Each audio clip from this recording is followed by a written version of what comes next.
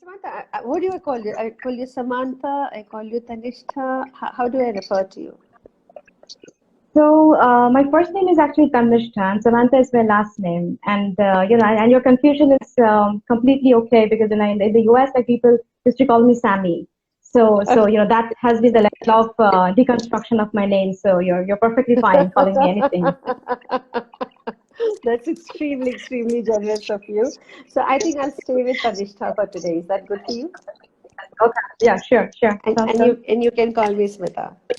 So as I was sharing just before you joined in was that, I mean, we can talk about all of this and and we must talk about all of this and the kind of language and the academic language that we need to talk about it. But it's also very important that this understanding spreads down to the last mile and everybody around us is able to understand. Like I was having this discussion with a group of professional writers, and it took a long time for them to really wrap their head around IPV, intimate partner violence. So why don't we just begin from demystifying this a little bit and opening it up and making it accessible to the people whose lives we're actually talking about. Yeah. Sure. Yeah, definitely. So So, so with, I mean, it's just interesting. Sorry, please go ahead. Yeah. no, I mean I'm just inviting you to talk about it. No, I was just saying that, I mean, it's very interesting to hear the other side of the story because, I mean, for academics, it's the other challenge that, we only speak about our work in very limited circles and we hardly, get an opportunity to talk to, the wider kind of audience. So platforms such as this, I think, they're able to bridge that gap, which is, of course, and I'm sure like going to the last mile, like you said, I mean, we do this academic research, but the language, the vocabulary, the intellectual vocabulary remains very limited to closed circles. So I'm very happy to this crossover. Yeah. So kind of Great. echoing what we just said. Yeah. So Tanishta, so I would invite you to explain what, because the general term which is understood is domestic violence. Okay, that's the blanket under Right. which everything gets covered. So how would you explain intimate partner violence to people who are actually living out these realities? How would you just talk a little more about this? What does this mean? Right. So, I mean, of course, IPV is kind of an important lingo now in development scholarship and also in feminist scholarship. So it has been appropriated, misappropriated, I think, in policy and civil society circles. But, and then you're right that, the one thing that immediately comes to your mind is domestic violence, but violence can be, both physical and also can be symbolic. So it's not necessarily that, I mean, one has to be assaulted bodily. Of course, violation of bodily integrity is an important part of intimate partner violence, but there could be other forms of violence, I mean, which could be, emotional, psychological, neglect, embarrassing someone, humiliation. So all of that, I think, constitutes, violence, so to speak. And in intimate partner violence, largely the scholarship, the demographic or the sociological scholarship that I'm more familiar with or have contributed to is more about conjugal kind of violence, because much of the demographic scholarship, because it draws from large surveys, which are typically, interviewing ever married women. So unfortunately, that's also a problem, I think, because there is intimate partner violence outside the conjugal, contract. But so which means that we are also losing out on young adolescent men and women, young girls and boys who are outside the framework of IPV. So, but I think scholarship has progressed, but largely, at least for the Indian case, the kind of survey data that I have worked on or have contributed to, largely is sexual kind of a violence or abuse within a marital contract. So it's conjugal spousal violence. So that's how it's mostly understood, I think. Okay, so in your paper that was titled that Women's Empowerment as Self-Compassion, the Empirical Observations from India, you stated that women's tolerance of domestic violence, it is an important indicator to assess their own self-esteem and bodily integrity. I really want you to expand upon this because I think that really is the crux of the problem that we are actually facing. Right. So my argument was largely, so of course, I'm not the first person making this argument, and I think it has been around for quite some time, is that, development scholarship, particularly, or development studies or policy, particularly looks at, empowerment only through the line of economic, right? I mean, so the economic dimension is mostly privileged, where getting a woman employed or giving her education, giving her access to microcredit seems to be an easy way to counter or to stop violence.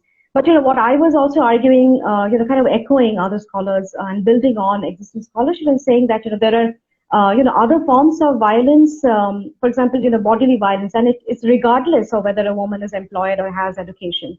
Whether a woman, even an educated, employed woman, whether she has the right to decide whether she wants to get pregnant, if yes, how many children, whether she's able to negotiate contraceptive use with her partner, or whether, she even has tolerance for domestic or spousal violence. And I think the last one is particularly, in any other context, you wouldn't see this, but in India, where I think even the last round of, I'm sure, Sakshi is familiar with these statistics because it's so committed to this cause. The NFHS, the National Family Health Survey, which is one of the larger, representative surveys, mapping domestic violence, talks about, almost 33% of women, have reported, violence, spousal sexual violence within, marital contracts.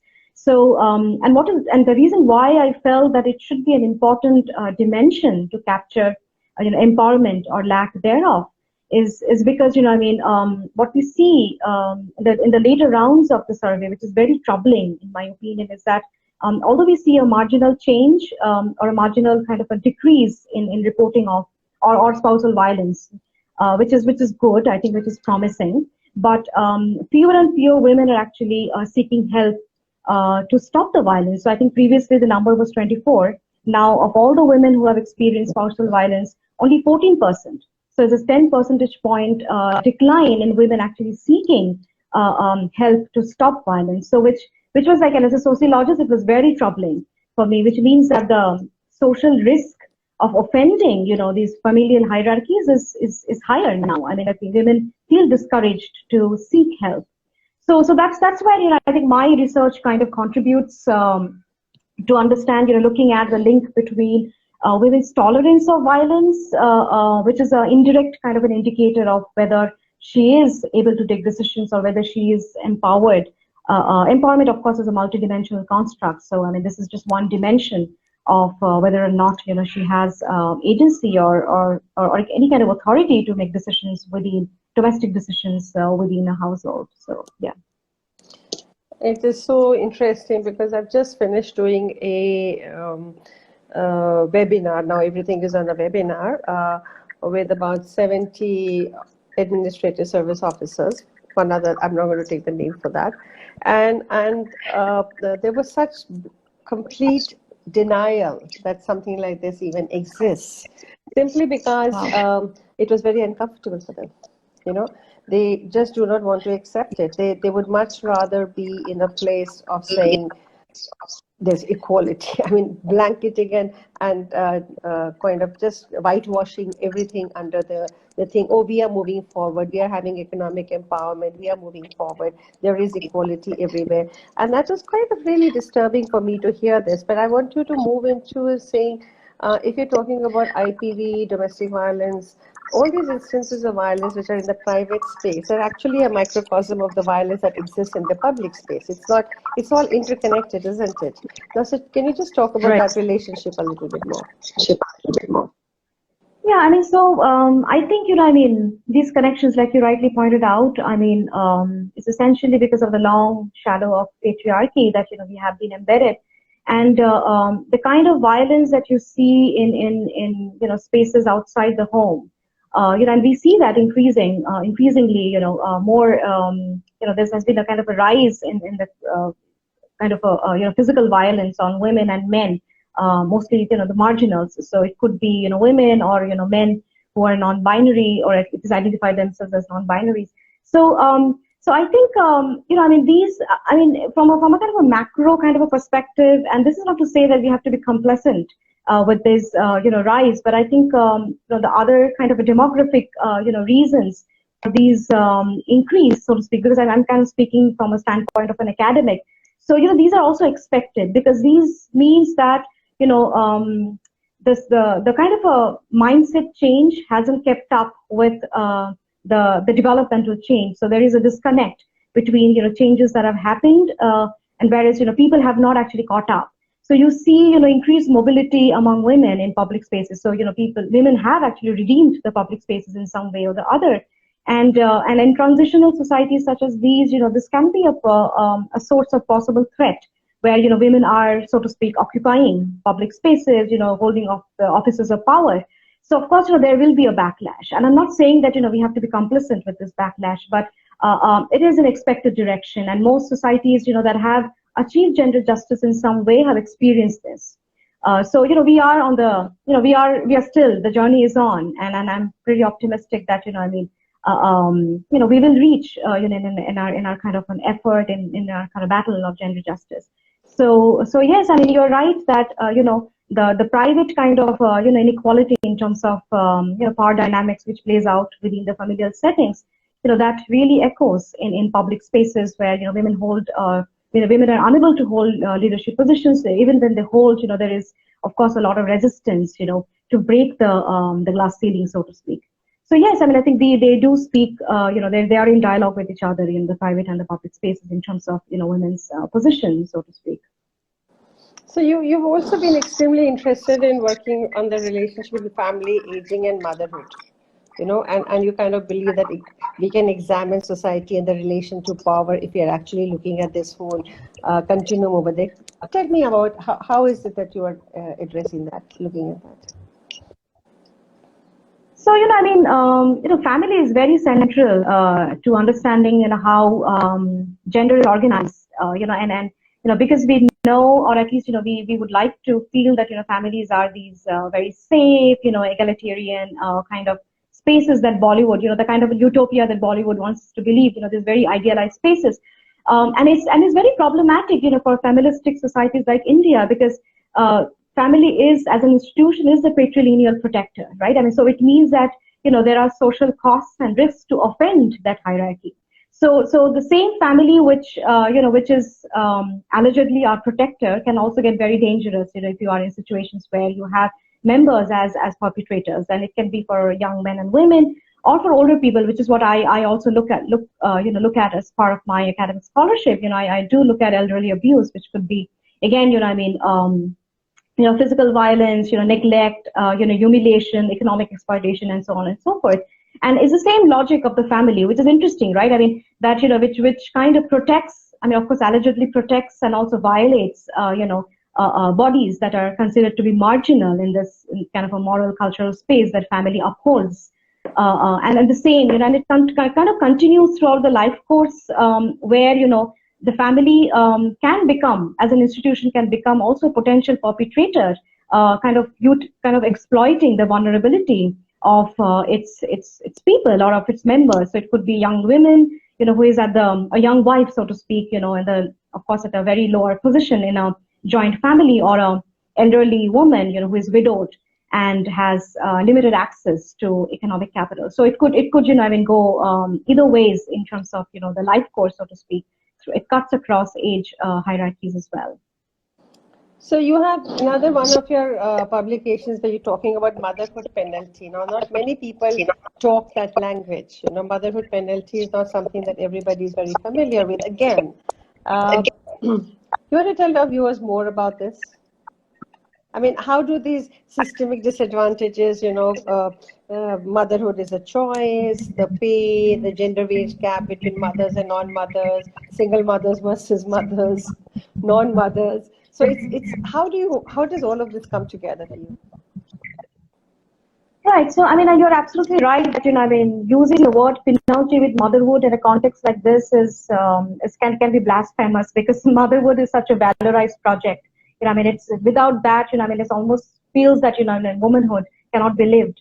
So what we were trying to do is essentially utilize a Western kind of a concept. It's an American, actually, sociologists have popularized this term, and there's a bulk of scholarship that looks at motherhood penalty. And this penalty is mostly measured or captured in terms of wage gaps. So where being mothers is often associated with diminished wages, but being fathers is actually associated with an increase in wages, because fathers are thought to be balancing the work family much well. So this is the kind of a conditioning which governs even in Western societies, which are thought to be, kind of vanguards of achieving gender justice. So for us, I mean, that wage pay gap was not very relevant because in India we don't see that, between mothers and fathers, which is interesting. In a pro-natalist societies, there are, so I call it a patriarchal bargain, that women do. So there are dividends associated with, being a mother in a patriarchal society.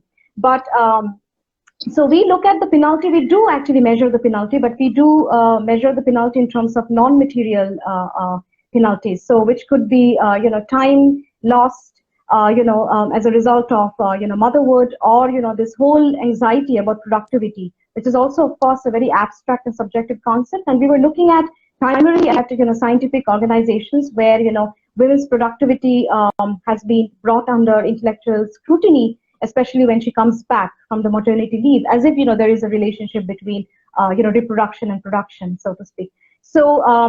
So yeah, so we kind of look at the penalty in terms of merit, where women's merit has been questioned. She has been bypassed for leadership positions when she comes back after the maternity leave. So it's very interesting. I mean, India is, as being a pro-natalist kind of a country, there are the leave policies associated with motherhood are much more generous, but at the same time, there are these kind of symbolic penalties, non-material penalties associated with motherhood. Which is a project, of course, like I said, is very celebrated. So this contradiction is what we were trying to highlight in that paper. Yeah. Brilliant, excellent. So I want to have a kind of now take a little bit of a break and go into a little bit of a personal space over there. Why did you choose these subjects? I mean, what has been your journey, and how did you arrive at doing all of this that you're doing just now? So yeah, so I actually have a very kind of I really crossed over many disciplines. My master's in India was in economics, so was my bachelor's degree actually. But when I went to the US, and I knew that, of course, it was a kind of a conscious choice. I wanted to cross over and do sociology, but I ended up in a department because of my economics background in a department, the Department of Sociology, which did a lot of quantitative stuff. So they did quantitative sociology. So I ended up doing demography. So, from economics, demography, sociology, and now I do aging studies. I also look at, of course, and feminist lens is something I've utilized in all the questions that I've asked. So that's kind of inextricably linked with my scholarship.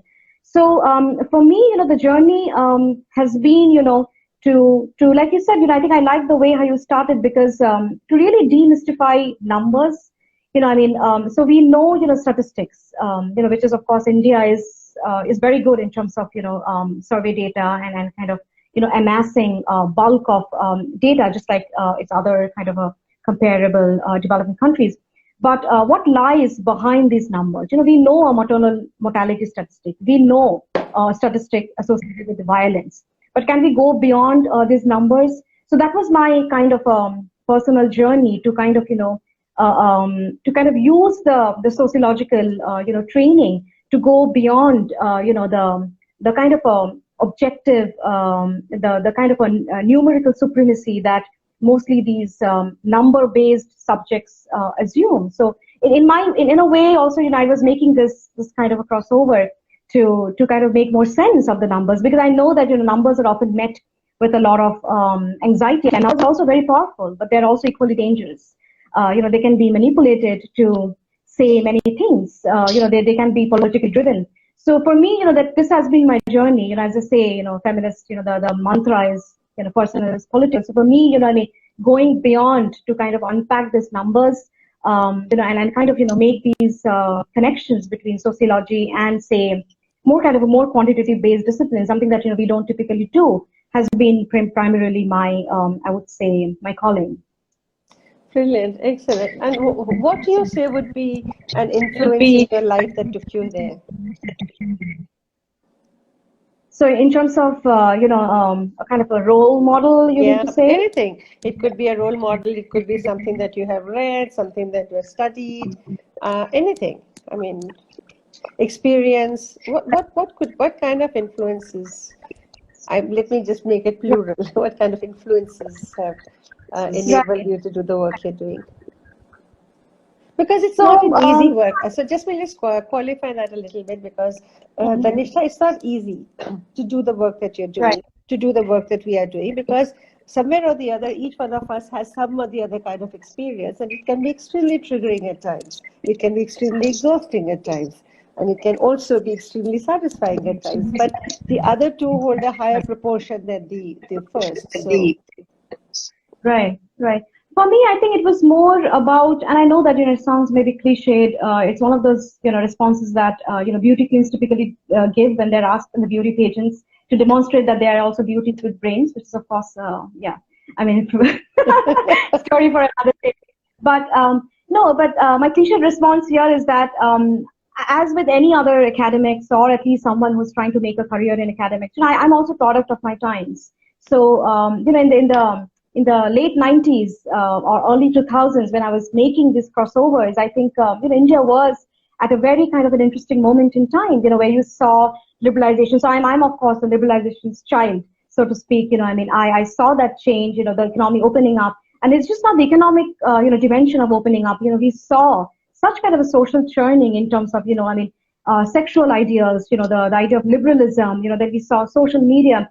So I think like, I cannot, say a particular person or a particular event that drove me to do this, what I do, but I think mostly, I kind of went with the flow and was kind of responding to the kind of a social churning of my time. So, and I still do that. I mean, very much, in addition to, writing for academia, I also, I'm a regular contributor to other kind of popular, journalistic kind of a writing. So again, these are all my ways of responding to kind of be, this kind of, a conscious citizen of my times. So that's more, I think my own, times is exactly, the most influencing, trigger for what I do. brilliant, excellent. I like it. Product of our times, aren't we all? What are you working on right now?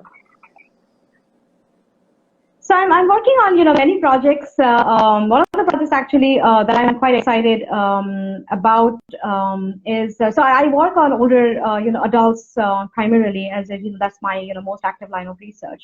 So I'm looking at transgender older persons at this point and looking at caring practices. So what happens when, older transgender persons, whether they're partnered or unpartnered, when they grow old, who takes care of them? Because of course, the state, which is often thought to be the institution, that provides, or the family for that matter, these are two competing institutions that typically provides care, are almost non-existent for transgender persons, especially from the lower, socioeconomic status. So what happens to who takes, what are the care regimes? What are the care practices? What are the subjectivities associated with caring with older transgender persons? So that's one. The other, I also look at I do look at media constructions and media representations. So that's also one line of research that I've contributed to. So the one line of research I'm working with one of the students looking at postmenopausal reproduction. So which is of course very unfortunately India is one of the capital for postmenopausal reproduction, all thanks to IVF and reproductive technologies. So, where postmenopausal, reproduction is kind of, marketed in the language of miracle, because again, the same logic of motherhood as being the most, valorized project, I think, is instrumental in driving, these very unnatural, so to speak, pregnancies. So again, looking at older bodies, looking at older subjectivities, sexual, non-sexual relationships. So that has been, my current kind of intellectual preoccupation. Brilliant. I look forward to your work and seeing more and more of it. We have a question over here. We actually have couple of questions over here. Would you be okay to take them? One of them is saying, why do victims sometimes return or to stay with the abusers? Right. I mean, so, some of it, we kind of already alluded to. So it's very difficult. So you're absolutely right. I don't know who asked that question that, in India, we also have very abysmal divorce rates. Of course, that's also celebrated in a country like this. But which also means that, that many men and women are stuck in, abusive marriages. So, if you look at the happiness index, India is actually, very low in the happiness index. So that's kind of a very interesting statistics that, that people are staying married, but they're also very unhappy. So just to draw a correlation between these two statistics. So I think many men and women, mostly women, particularly prefer to stay within marriages even when they are abusive, is essentially because the social cost of breaking a marital contract is very high in this country. Marriage, after all, in this country is not an individual decision. It requires family and institutional approval. So breaking that contract is not again not an individual decision, but an institutional one, and it carries a lot of economic as well as social risks. So of course, it's easier when one is employed, one has economic freedom, but that is again of course many times stifled because the social kind of risks often stifle economic freedom. So economic freedom does not operate in isolation. It is very much linked to your social and cultural freedoms. So yeah.